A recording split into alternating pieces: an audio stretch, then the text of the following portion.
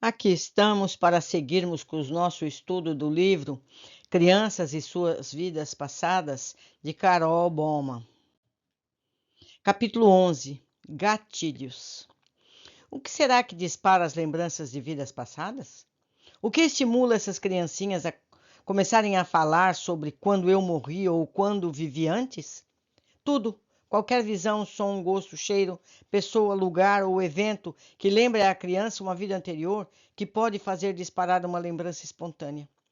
Lua viu o sol refletir na grade metálica da ponte.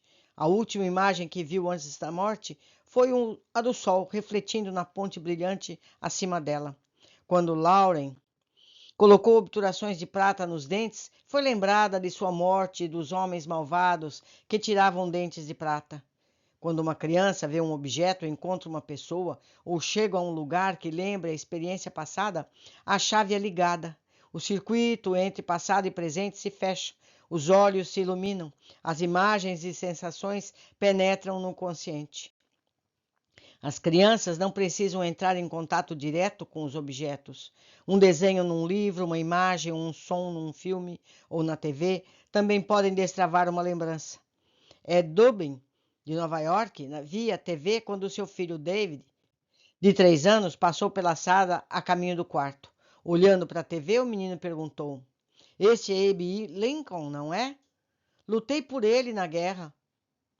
David prosseguiu. Descreveu sua vida como soldado na Guerra Civil, dando detalhes muito precisos de como e com um tom de voz tão maduro que Ed se convenceu de que David estava se lembrando de uma vida passada. Qualquer coisa proveniente de uma cultura ou clima exótico pode destravar uma lembrança quando a criança a vê pela primeira vez. Palmeiras, terraços, pagodes, uma máscara africana, uma estátua egípcia coberta de hieroglifos. Mas o gatilho não precisa ser exótico. Assistindo sua mãe, vestindo um avental, batendo um bolo na cozinha, uma criança de 2 anos começou: "Minha mãe negra também usava um avental." Qualquer som pode disparar uma lembrança de vida passada. O cortar de lenha, uma conversa numa língua estrangeira, passada num assoalho antigo, pode evocar sons ouvidos em outros lugares, em outros tempos. A música é particularmente evocativa. Ouvir flautas de bambu pela primeira vez, uma banda marcial, tambores de uma tribo ou um coro cantando músicas sacras pode atingir um ponto de repouso na memória. Odores e sabores podem ser fortes gatilhos. A primeira exalação do couro de uma cela, o incenso de um templo, a fumaça de um forno de lenha, ou a primeira vez que uma criança prova arroz com açafrão, pode evocar outros lugares e outros tempos. Um acontecimento traumático de menos importância, como sentir-se separada dos pais, o primeiro dia na escola, primeiro acampamento, ficar só com uma babá desconhecida, pode fazer vir à tona uma ansiedade causada por um trauma no passado, quando a separação foi realmente trágica. A visão de sangue, facas, cordas, raios, ventos violentos ou água jorrando de alguém ferido ou caído no chão pode fazer uma criança lembrar da causa ou do local de uma morte em vida passada. Ficar acidentalmente trancado num armário, brincar debaixo de cobertores, ficar perdido de noite pode fazer relembrar de traumas, de morte no escuro ou em armadilhas. Qualquer coisa associada à guerra pode destravar uma lembrança de morte em batalha. Grandes explosões, máquinas barulhentas, o rumor de aviões, nuvens de fumaça escura, o cheiro de pólvora ou de gasolina derramada, helicópteros sobrevoando são capazes de disparar a memória de uma criança cuja personalidade anterior morreu num conflito recente, como a guerra no Vietnã. É óbvio que esses gatilhos podem produzir apenas uma fobia de uma lembrança explícita. Você pode ter um filho assustado, mas não ter meios de explicar seu medo.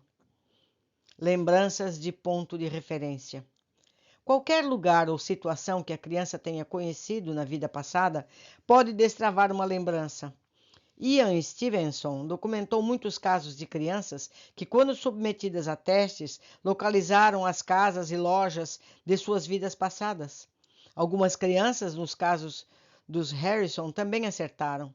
Em um dos casos dos Harrison, Jonathan, um menino de 3 anos e meio, viajava num ônibus municipal com a mãe quando apontou para o cruzamento por onde passavam e ficou muito triste, repentinamente. Foi aqui que a minha filha foi morta, disse ele, e explicou para a mãe que, quando era um homem adulto, sua filhinha Ângela fora atropelada por um carro naquela esquina. Depois daquele dia, toda vez que passavam de ônibus por aquele cruzamento, ele contava a mesma história. O trauma foi tão intenso que tornara sua memória insensível, mas a visão do cruzamento trouxe à tona a tragédia da morte de sua filha. Pierce Hall.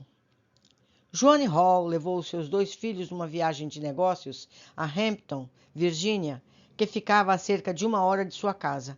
As crianças nunca haviam estado naquela cidade. Passavam por uma rua quando Pierce, de 6 anos, disse com voz agitada: "Ah, mamãe, vá até o fim desta rua. Quero ver a água e os barcos." Embora não visse nenhum sinal de cais ou lago, fiquei tão surpresa que segui até o final da rua e nos encontramos numa parte antiga da cidade, onde havia enormes casas com mais de 100 anos. Pierce gritou excitado: "Veja, mamãe, algo de maneira dele falar me deixou arrepiada." "Para onde devo olhar?" perguntei. "Para aquela casa ali. Não se lembra?" Parei o carro e encostei no meio-fio. "Não me lembro, Pierce." "Por que deveria lembrar?" "Bem, nós morávamos nessa casa quando você foi minha mãe antes." Pierce era imaginoso e eu estava acostumada às invenções dele. Mas aquilo era diferente. Comecei a tremer e meu corpo ficou todo arrepiado. Era como se uma golfada de ar frio tivesse entrado de repente no carro. Controlei-me e perguntei: "Você lembra de já ter morado aqui?" "Sim, faz muito tempo." E relembrou animadamente das pessoas que viveram nas diversas casas, me falou dos seus amigos, disse não ter tido irmãos ou irmãs e que ficou muito velho, mas nunca fui rabugento. Então Pierce me olhou de um jeito engraçado e pediu: "Vá até ali, mamãe. Ah, é onde estão os barcos. Quero muito vê-los." Algo dentro do carro também mudara. O frio acabara. Havia algo naquilo tudo que parecia real. A sensação passou, mas Pierce continuava conhecendo as redondezas. Virei na rua onde apontou e percorremos mais 2 quarteirões. De repente, estávamos num cais. Eu fiquei surpresa, mas Pierce não. Apontou para outra linda e enorme casa branca e disse: "Aquela sempre foi sua casa favorita." Respondi: realmente era. A casa era de fato linda. Parece pouco provável que, num mundo tão grande, reencarnaremos no mesmo local, percorramos os mesmos caminhos e vejamos os mesmos lugares de uma vida anterior. Mas os casos provam isso, que isso é possível.